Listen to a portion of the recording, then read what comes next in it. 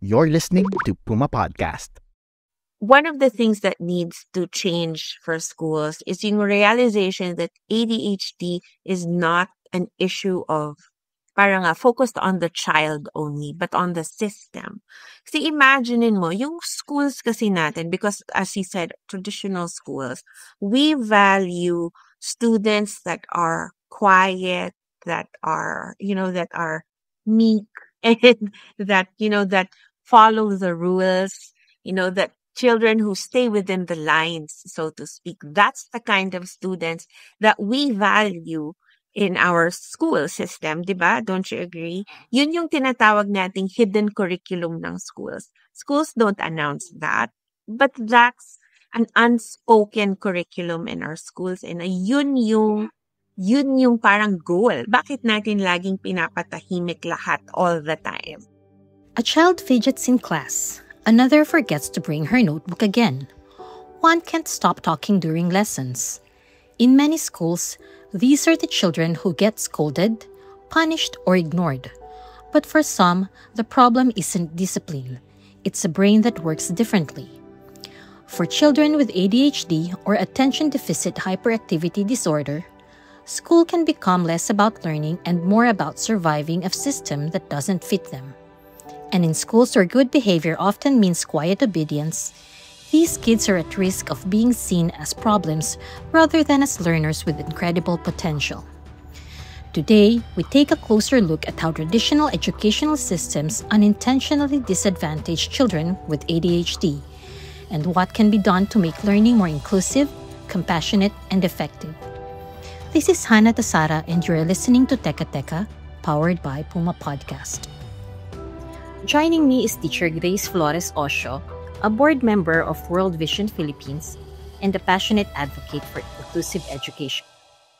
With nearly 3 decades of experience, she's a trained educational therapist, former instructor at the National Institute for Learning and Development, and currently the principal of a school in Los Baños. She has also served as a team leader of the SPED program at Brent International School, Manila. Teacher Grace has spent her career training teachers, mentoring families, and creating classrooms where every child, regardless of learning style, has a chance to thrive. Hi, Grace. Thank you so much for joining us. Hello. Thank you very much for inviting me. It's my pleasure to be here. Salamat po. Yeah. So let's start with the basics, okay? So although almost everyone has heard of ADHD, can you define for us what ADHD is, and especially from a special education perspective? And also, iretso mo na lang din yung common misconceptions among Filipino students and teachers. Okay, so first and foremost, most of us know ADHD as yung parang yung condition ng mga batang kitikite. I think pag tinanong natin yung mga teachers tsaka parents, ano ba yung ADHD or ano yung alam nila about ADHD, yun yung sasabihin nila. Yung mga batang hindi mapakali, yung mga batang kitikite, yung mga batang hindi mapirme. But ADHD is so much more than that. Kasi ADHD is an issue of regulation, yung pag-regulate ng bata sa sarili niya, pag-filter niya ng mga input na natatanggap niya through his senses. And so ADHD encompasses not just yung ability ng child to pay attention, but also paano siya mag-organize, paano siya mag-plan, paano siya, yung mga tinatawag natin na executive functions of daily life, yun apektado yun ng ADHD.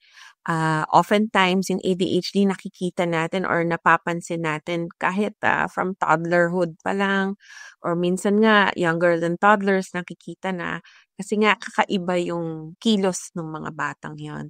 Kaya lang ang ADHD ay nahahati kasi siya sa 3 klase. We have ADHD na hyperactive type, merong isa yung inattentive type, tas merong isa yung parang combination type na both hyperactive and both inattentive. So each of those variations of ADHD come with its own set of parang characteristics, own set of challenges, and own sets of strengths and weaknesses then.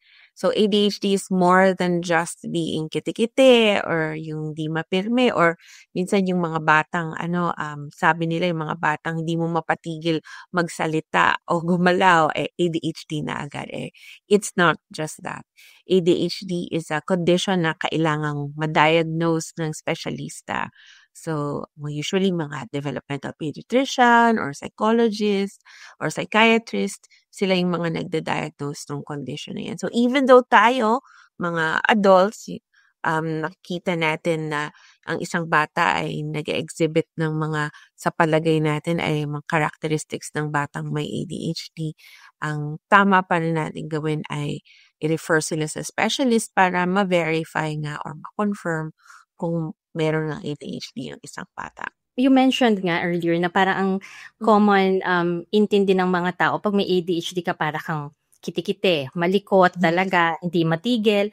So before, pag ganun yung bata, talagang nalilabel sila as matigas yung ulo kasi ang likot, ganyan, hindi disiplinado.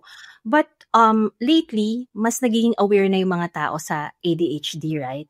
So yung part na sabi mo nga, yung hyperactivity ng ADHD, mas medyo forgiving or accepting na yung mga tao dun sa'yo. Kasi parang, malikot, so baka hindi niya na mapigilan yung sarili niya, may ADHD. Kahit papano, ganun na yung perception din ng ibang teachers and even the parents.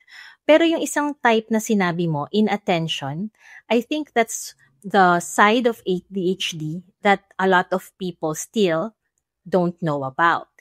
And ang naririnig ko usually because hindi alam ng mga tao na inattention can be part of ADHD, sila naman yung nalilabel lalo na kung hindi sila malikot na type na ADHD, di ba? So sila lang yung matigas yung ulo, hindi talaga nakikinig sa klase, ganyan. So can you talk more about that side of ADHD and how it affects yung learning ng kids sa classroom? Yes. So to talk about yung the inattentive type, tignan natin muna ulit yung hyperactive type, no? So yung hyperactive type, mas madali siyang mapansin. Like you said, mas madali siyang mapansin ng mga adults, ng teachers, ng parents, kasi merong actual parang manifestation. Kasi nga kit-kite, malikot, magulo, ganyan.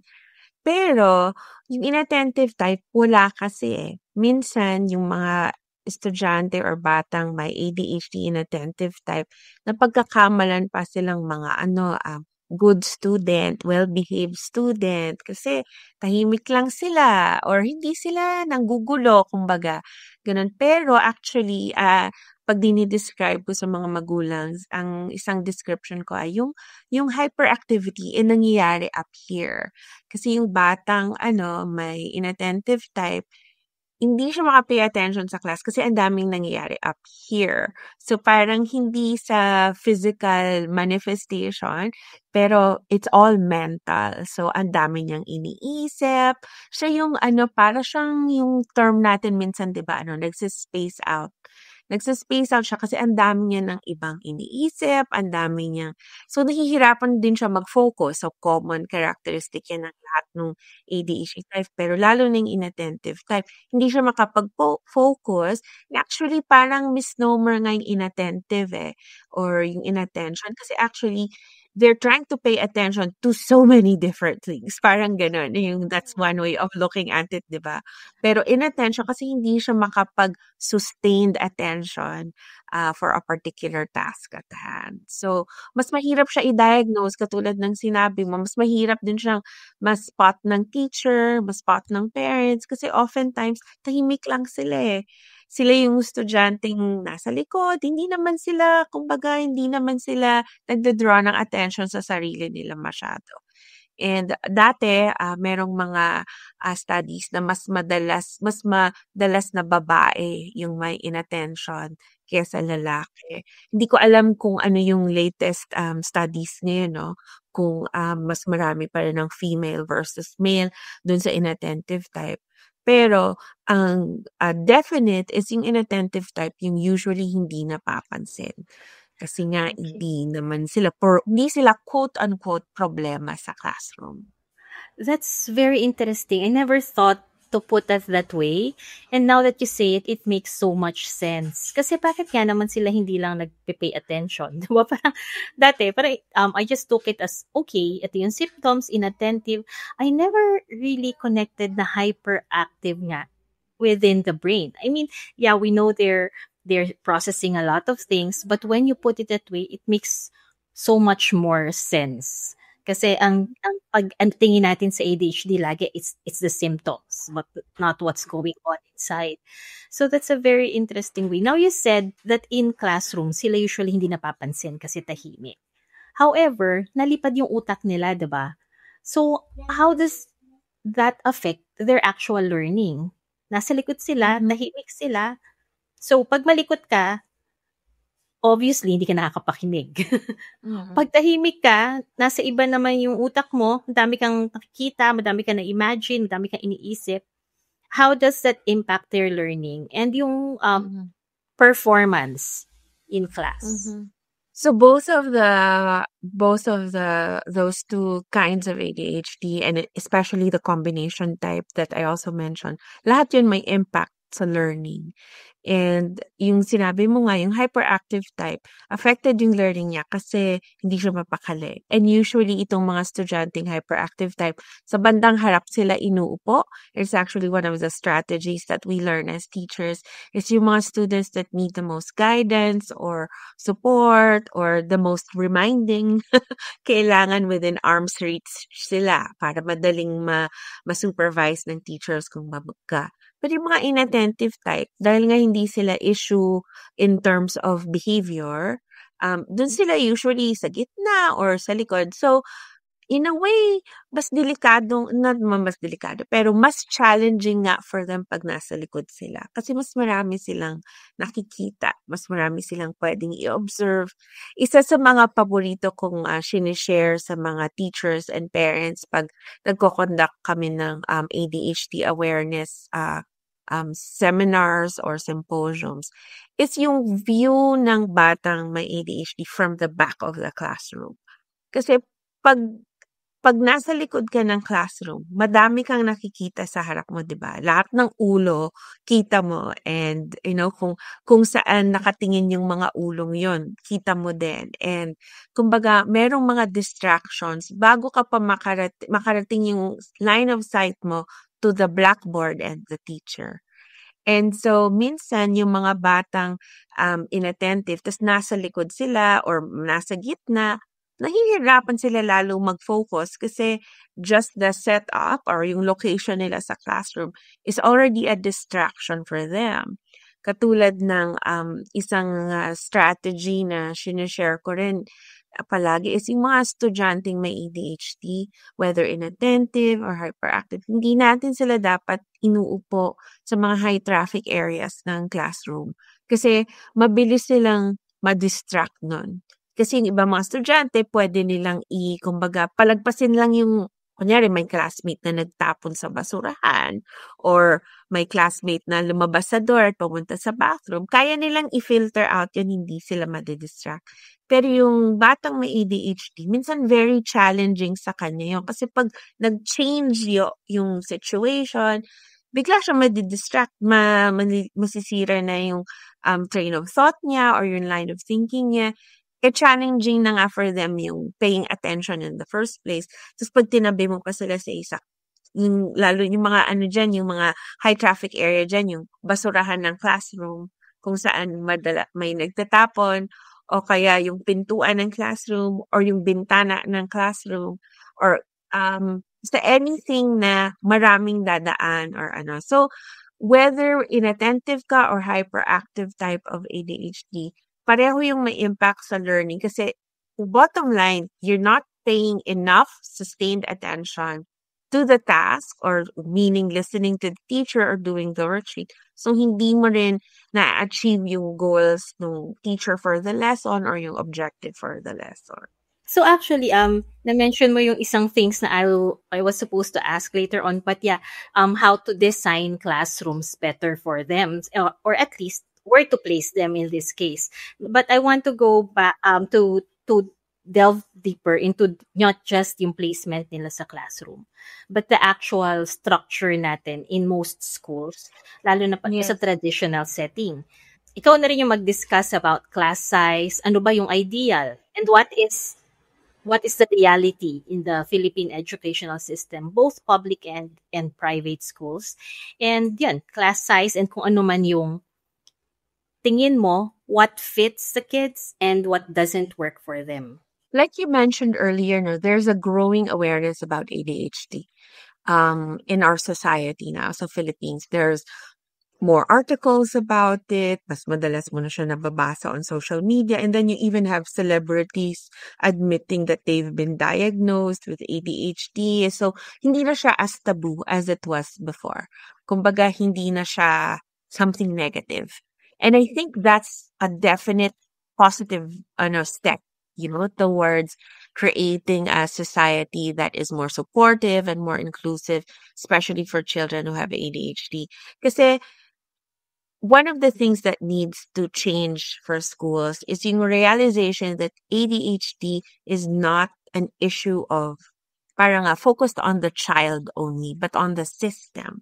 Kasi imaginein mo, yung schools kasi natin, because as he said, traditional schools, we value students that are quiet, that are, that are meek, and that follow the rules, that children who stay within the lines, so to speak. That's the kind of students that we value in our school system, di ba? Don't you agree? Yun yung tinatawag nating hidden curriculum ng schools. Schools don't announce that, but that's an unspoken curriculum in our schools, and yun yung parang goal. Bakit natin laging pinapatahimik lahat all the time? Bakit kailangan hindi gumagalaw pag nagsasalita si teacher, ganun. So, part of it is because we do not want disruption, we do not want. So, merong time and place for that. Hindi ko sinasabing dapat magulo, no? Pero because that's the kind of classroom system that we have in our country and in other countries as well. Ang bata who doesn't fit that mold, we see them as a problem, di ba? We see them as deficient kasi they don't fit our expectations for what a good student should be. So, imbis na kumbaga ang iniisip natin as teachers and parents palagi is, anong problema ng batang to? Di ba? Yun yung anong problema ng batang to? Instead of, what is it about the classroom environment that's making it hard for the child to thrive? See, yung change of perspective na yun is what we need. Kumbaga, ang tinitingnan natin agad, anong problem ng child na to? Yes. Anong kailangan nating baguhin? Anong kailangan natin baguhin? And instead of, kahit yung terminology lang instead of thinking na anong pwede nating gawin para tulungan itong child na to mag-thrive sa ganitong klaseng system.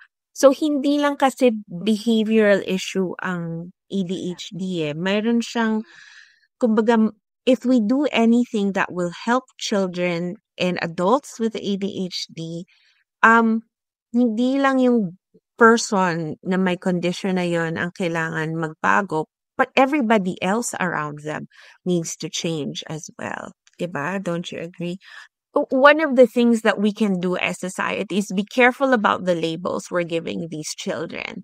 Kasi yung mga estudyanteng may ADHD, because of all these issues that they have, ang daming terms na ginagamit natin, lalo pag di pa sila diagnosed, di ba? Mga inattentive type, we call them, sobrang distracted, ng tamad-tamad mo naman. Ganyan. So, yung mga batang yan, when they hear these terms, ang likot mo, ang kitikiti mo, and we all know words have power.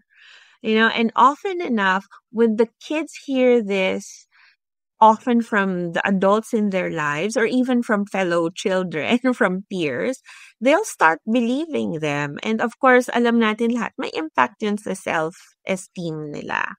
So, hindi lang academic failure dapat yung tinitignan natin, pati yung identity ng bata. Kasi parang iisipin nila, baka ako nga yung problema. 'Di ba? Ako nga yung problema. Ako yung may parang ano ba yung term? Parang may sira ba sa'kin? Parang gano'n yung siguro iniisip nila, may sira ba sa'kin? Kaya kailangan careful din tayong adults. Even minsan 'pag sinasabi namin, and sometimes I do catch myself saying this na parang, "You're not trying hard enough to focus kasi." And instead of saying, "What can we do to help you focus better?" 'Di ba? So yung just reframing the question changes the the focus of the question, from the child to the school environment or to the environment where the child is, whether it's at school or at home or at church or whatever location the child might be. So yung whatever terms we use around individuals with ADHD could be a label that they carry with them by themselves for life.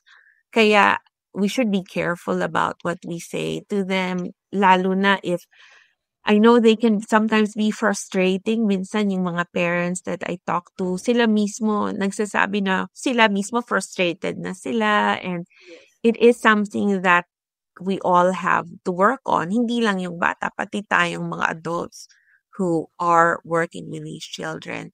I remember one time when I was working with a child who had ADHD, sa sobrang frustration ng bata, binato niya ako ng notebook sa face.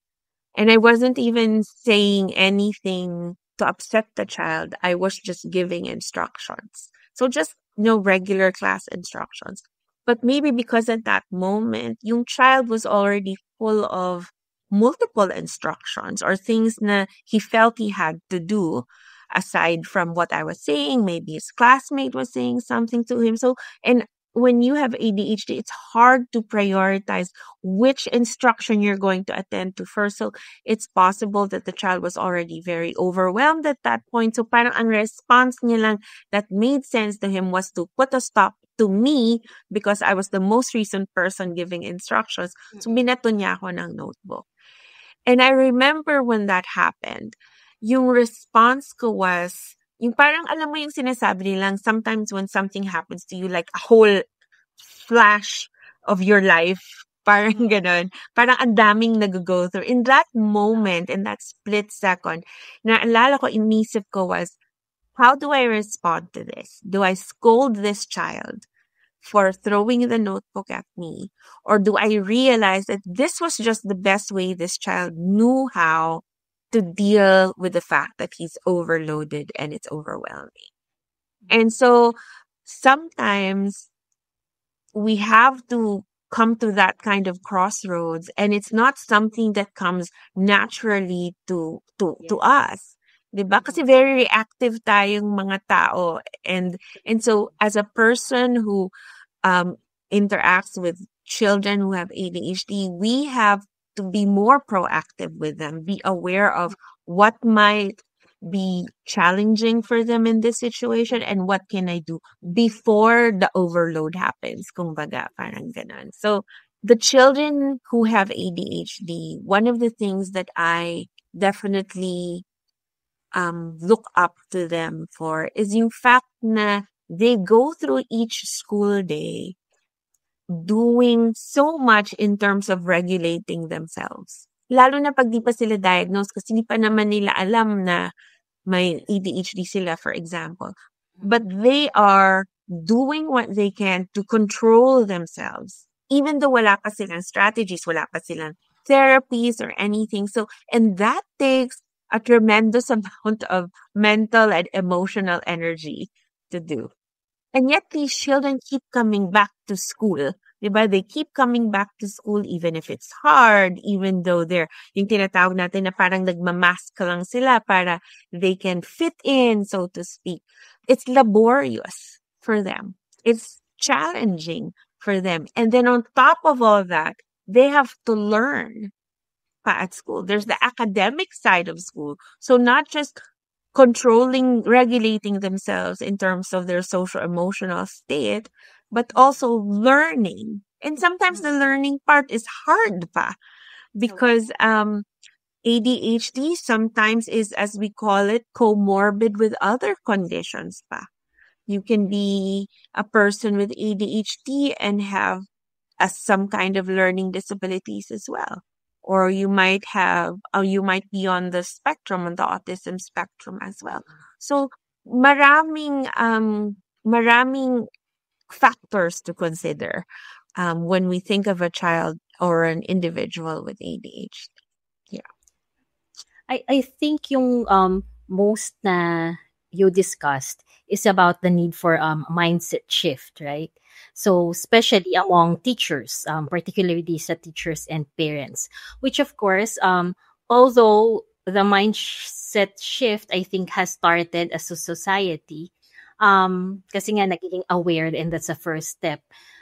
Our own behavior as adults very hard na to change as kasi nga reactive tayo. So, while that is something I think that can be done with awareness, conscious decision, more teacher trainings talaga, yan yung sobrang importante and even the not just the teachers, the school administrators para support nila yung teachers nila. Those are things na tingin ko madali in a sense na magte-training kayo pag-uusapan. Mahirap gawin in practice. Now ngayon, now ngayon yung flip side naman, yung things that we can do to accommodate the kids. Actually, ayoko ng term na accommodate kasi anong nangyayari nga, puro accommodate. Parang pinagbibigyan Yes, ng yes. mga bata. Diba? Yes. Rather than, what are the Mhm. things we could change structurally, right? Mhm. Whether it be the environment or policies or ganyan, that doesn't have to do with behavior change agad ng teacher or ng parents. Mm. Kasi with behavior change, Mm. it's very individual, right? Mm. So, can you give us some examples naman that teachers and schools can implement? Kasi kung hihintayin natin, of course, government policies, but I really want to discuss more of yung structure sa schools right now. So one of the things that I think schools can do or start with is review yung philosophy nila for teaching at the school. Yung the school philosophy, so to speak. Ano yung vision nila or mission nila as a school? Kasi oftentimes schools are designed to teach one type of brain. And yung one type of learner. Each school has like an ideal type of learner that they want to teach. And it becomes challenging when they have a student who does not fit that mold. And so I guess the first step is for schools themselves to review what is our philosophy of teaching? What is our philosophy of learning? Na maybe a philosophy should broaden and encompass different kinds of learners, accepting the fact na learners are not just going to be one type. I think that in itself is a generous first step already. Because once Yes. schools have that mindset or have that thinking in mind, it's going to be easier to move forward about what classroom teachers can do. In fact, when I do teacher trainings for teachers who are working with students who have ADHD, one of the first things I always ask is how many of the participants or how many people in the audience are school administrators too? Because oftentimes this kind of change has to start from the top. Because classroom teachers can only do so much because they're bound by the curriculum, they're bound by what the school expects in terms of the kind of students they produce. And so the school administrators or maybe the school owners, whoever is at the top, they need to influence what kind of students they want to reach or they want to teach, so to speak.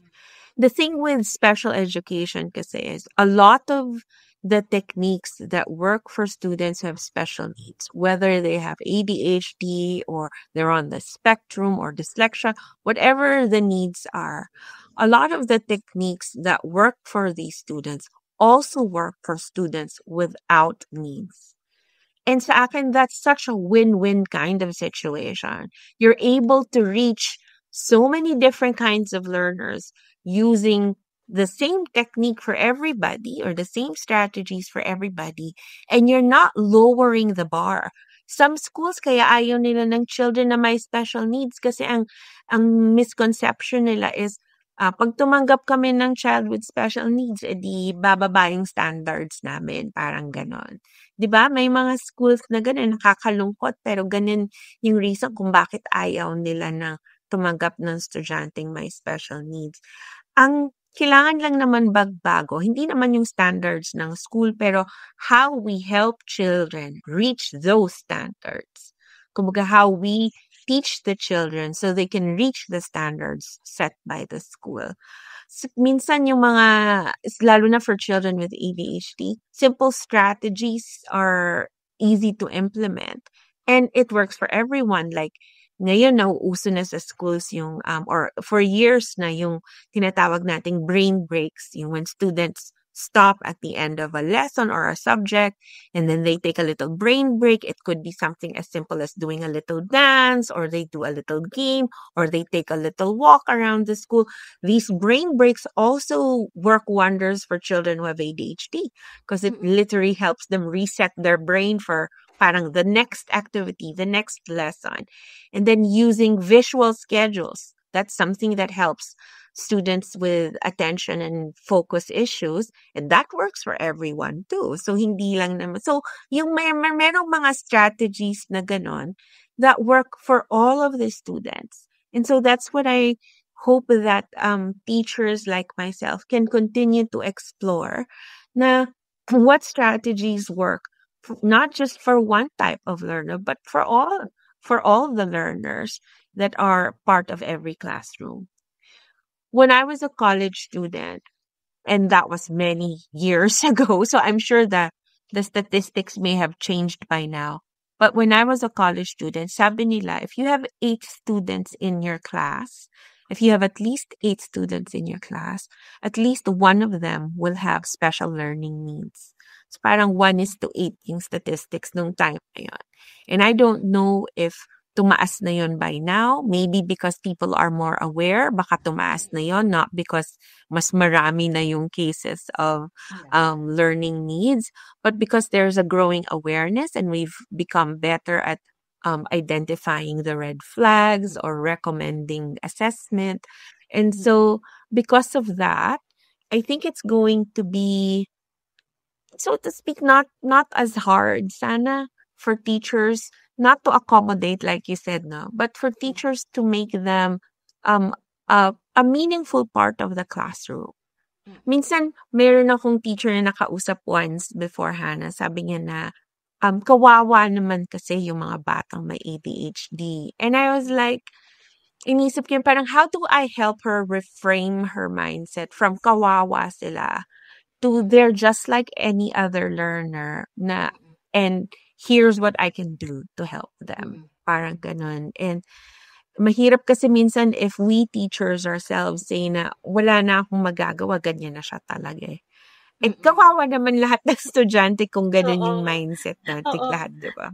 Di ba, actually, kawawa talaga sila. But it's not really because they have ADHD. Kaya lang kawawa sila kasi they're being forced in situations that are really, really hard for them, di ba? But you touched on something kanina, na sa classrooms, 8 lang. And then yung ibang, within 8, di ba, may isa at least. Pero of course, that was the statistics before. At the same time, the schools, they don't want na magtanggap. But we already know na merong pinas yung DepEd, di ba? Dati pa. I don't remember when it started.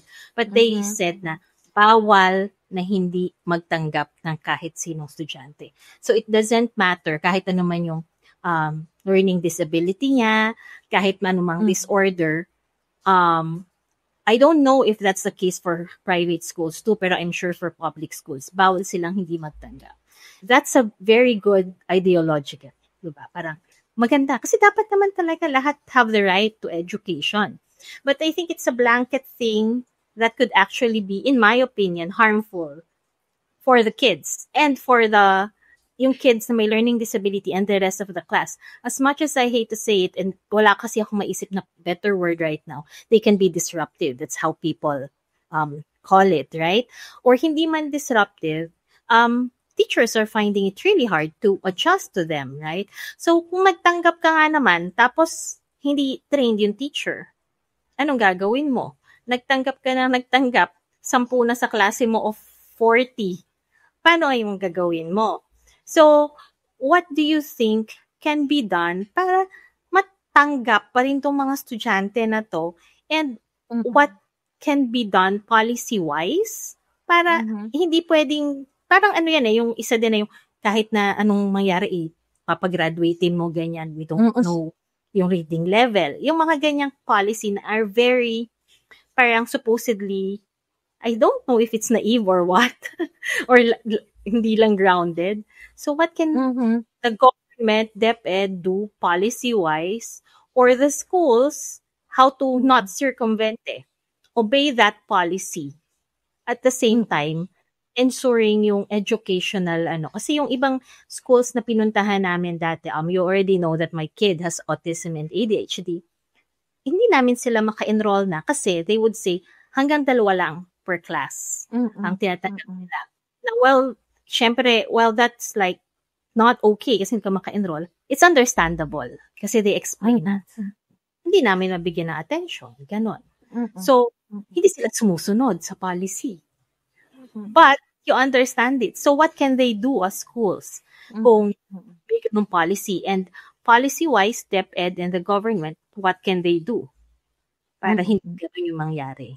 So I think, like you said, no, I mean, backtrack a bit, pero yung, itong policy on inclusion is definitely a good policy in terms of, at least in principle, to make sure that all students, regardless of how they learn and their developmental level, all of them deserve to be in a school. Siguro kailangan yung policy or even school administration policies need to be more refined in terms of kung ito nga yung policy of inclusion, dapat may kakabit yun na policy na the DepEd, maybe DepEd or I don't know who will set that policy na kailangan meron ding X number of teachers provided. Kasi hindi nga naman realistic, for example, na say you have 20 students, sabihin mo rin 2 or 3 kang students na may needs doon. Buti sana kung pare-pareho sila ng needs. Iba-iba ng learning needs yon, 'di ba? Combination yan.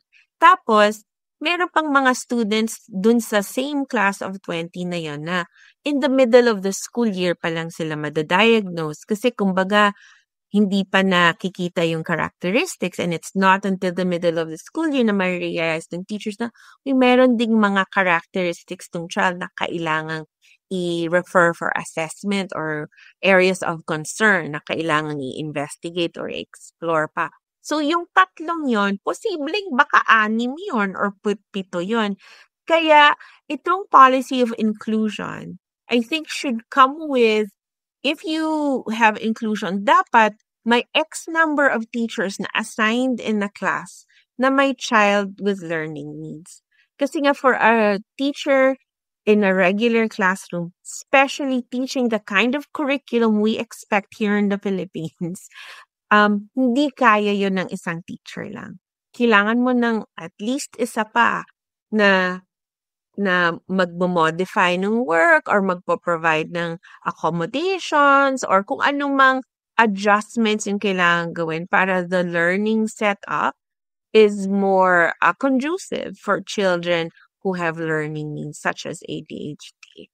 And alam natin na yung ibang classrooms natin, lalo na sa public school, ang dami-dami nilang estudyante. So, ano na yun? Yan ang laging question na nagka-come up sa akin pag sasalita ako in front of an audience na puro public school teachers. Lagi nilang tinatanong, paano namin i-implement yung mga strategies na sinasabi mo? Kung 50 yung estudyante ko or kung 40 yung estudyante ko, paano kung lahat sila malilikot? Di lahat sila sa harap ko ilalagay. Yung mga ganong questions. And it's all very realistic. And that's just yun yung reality ng classrooms natin eh. So, ano yung kailangan nating gawin? Ano yan, Hana, ano siya, dugtong-dugtong sa kailangan hindi gano'n ang class size natin para na-identify natin kung sino yung may needs. Dapat mas marami tayong teachers in a classroom. Kahit na yung special needs teacher or learning support teacher, kung ano man ang tawag nila, is a teacher na nagro-roam. Kumbaga, hindi lang naka-assign sa isang classroom. Pero dapat merong ganong teacher na present in the school. Hindi lang lahat nakapatong sa shoulders ng subject teacher. Lalo na't ang dami-daming documentary requirements ng DepEd na of all these forms and scores and data that have to be submitted. So it has to be a partnership, not just between the homeroom teacher and the parents. Sometimes you need another teacher on board to help with that also.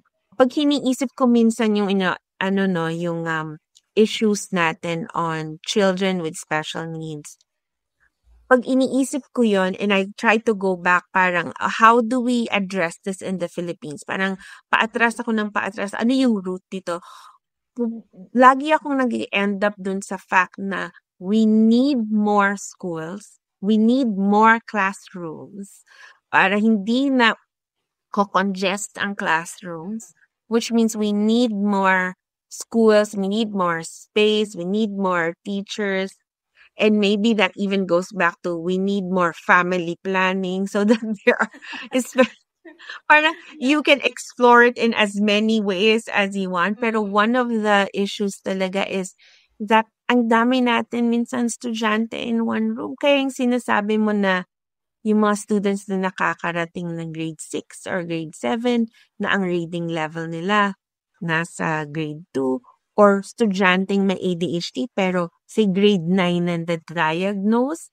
Kasi even if nakita nung teachers na may possible may symptoms or characteristics, minsan ini-ignore lang or pinapadala lang sa office, sa guidance. Tapos hindi naman they don't try to get, di ba? They don't try to get to the bottom of it. Parang let's just move this child on to the next teacher. This child is not my problem anymore. It's the next teacher's problem. And that happens, unfortunately, in some cases. And pag nangyayari yun, kawawa yung child. Kasi the system fails the child pag ganong situation, di ba? That's true. So you mentioned class size, number of teachers, ganyan. I think everybody knows that we need more classrooms, more teachers, kasi hindi without even thinking about the kids with who needs extra help, 'di ba? Kahit na lahat yan walang extra help, may 70 ka ba naman sa isang klase, 40, paano na matututo? Ilan yung usual, you might not know, I mean, it varies a lot, pero usually, ilan yung mga sa classroom, ano ang class sizes na usual? And what is the recommended for class sizes na may kids with may diagnosis ADHD? And also yung teacher-student ratio. Ano yung recommend? Mm-hmm. So I don't have the statistics for that, Hannah, but I can make guesses, no? Okay. Na this would depend not just on how many children with needs are in the classroom, but the age also. Kasi as you know, kunwari, pag preschool, there are more teachers in a preschool class than, say, in a grade 7 class. Kasi pag preschool class, mas kailangan ng children ng assistance. So sabihin na natin kunwari in a preschool class of 20 or 10, you have 3 teachers or 2 teachers. And those are the regular quote-unquote teachers. So you would have another one pa. Parang wala ako nakikitang ganung schools. Natatlo yung teacher for 20 students. In an ideal world. Okay. Yeah, okay. So, 3, yeah? Pero ano yun, at least one other teacher At least one other teacher aside from the homeroom teacher. And then, as you go down in age, dapat dumadami yung teacher kasi dapat mas maliit yung student-teacher ratio. The younger they are, mas maliit yung student-teacher ratio. Kasi you need an adult to facilitate the learning, not to teach, but just to facilitate the exploration and the process of learning. And then as they get older and they develop their own learning strategies and their learning skills are enhanced, edi kumukonti na ng kumukonti yung teachers in the classroom. I would say, for me personally na lang, because I don't know what the recommended stats are, pero for me personally, I would say no more than 20 in a class. Siguro, pag younger pa, kunwari grade 2 and below, less pa. Yung K2 period, yung kinder 1, 2, that's such an important time of teaching and learning. So I would suggest na, or I would assume na dapat smaller yung class size doon. And then pag grade 3 pataas, yung mga, I would say no more than 20. But then of course, you have to take a lot of factors. You have to consider a lot of factors with that kind of setting. Kasi pwedeng 20 nga, pero paano kung 5 doon, diagnosed na meron. Alam mo, Hannah, nangyari sa akin yan actually. I once worked at a school na small school lang siya. So, isang estudyante ko, 12. 12 lang. So, ideal number. 12 lang. Tapos ako lang yung teacher, ako lang yung homeroom teacher. Pero dun sa aking 12 students, 5 doon may confirmed diagnosis. So, naalala ko nun, parang, tapos syempre iba-iba yung diagnosis nila. Tapos sabi ko, siguro kaya ako dito nilagay ng principal kasi dito pinakamaraming kids with needs. And alam niya nung time niya, relatively new teacher pa lang ako noon. Alam nilang ang degree ko ay special ed. That was very challenging for me to have just in a class of 12, 5 kids with confirmed diagnosis na iba-iba pa. And I had to make sure na I was teaching everyone and not just the ones without learning needs. And so that's always, it challenges you as a teacher also, but it also enhances our ability to teach all kinds of learners, not just one kind of learner. Meron akong isang favorite story na sabi nila, paano daw kung ang school systems natin ay nagkikater sa mga batang magagaling lang kumanta? Di ba kasi ngayon tayo, parang ang system natin is for kids na behave, prim and proper, behave, yung nag-erase ng hand at hindi sumisigaw. Pero paano kung yung school systems natin ay para lang sa mga batang magaling kumanta? Eh di lahat ng hindi magaling kumanta, sila yung deficient, di ba? Sila yung So, kung ikaw teacher na hindi ka magaling kumanta, di ikaw din, anong gagawin mo, right? Kailangan mong mag-aral kumanta. Kailangan mo ring isipan paano mo tutulungan yung ibang children na mag-thrive dito sa classroom that's so dependent on music, so to speak. In a way, parang ganun yung system natin ngayon eh. We favor one kind. And so because we favor one kind of learner, everybody else suffers. Or not naman suffers. Sige, na lang, struggles. Can we end with a more hopeful note? Of course. Sa ADHD, with all the talks you give, with all the teachers you train in schools, ano yung mga gains na nakita mo lately within the past 5 years, mga ganyan? I think that's a great question, Aside from people becoming more aware and people believing that it actually exists, kasi may time na teachers would not even believe that it's an actual condition. Diba? Na they would think na salbahe lang yung child or na the child is doing this on purpose. Parang ganon. Diba? So, Spoiled lang sa parents. Yes, totoo. Ayaw maniwala ng parents na wala ng discipline yung anak nila. Correct. May mga teachers talagang na nagtatanong yan minsan na spoiled lang kasi yung bata. And so the fact na I get less and less questions like that means that we as a society are more, not just more aware, but we're more educated about ADHD now. And it's thanks to the advocacies of a lot of people, organizations like the ADHD Society of the Philippines. I'm a member of that. And it's just so encouraging to see so many people advocate for the rights and the needs of individuals with ADHD. But also, we can't forget, Hannah, the role the parents play.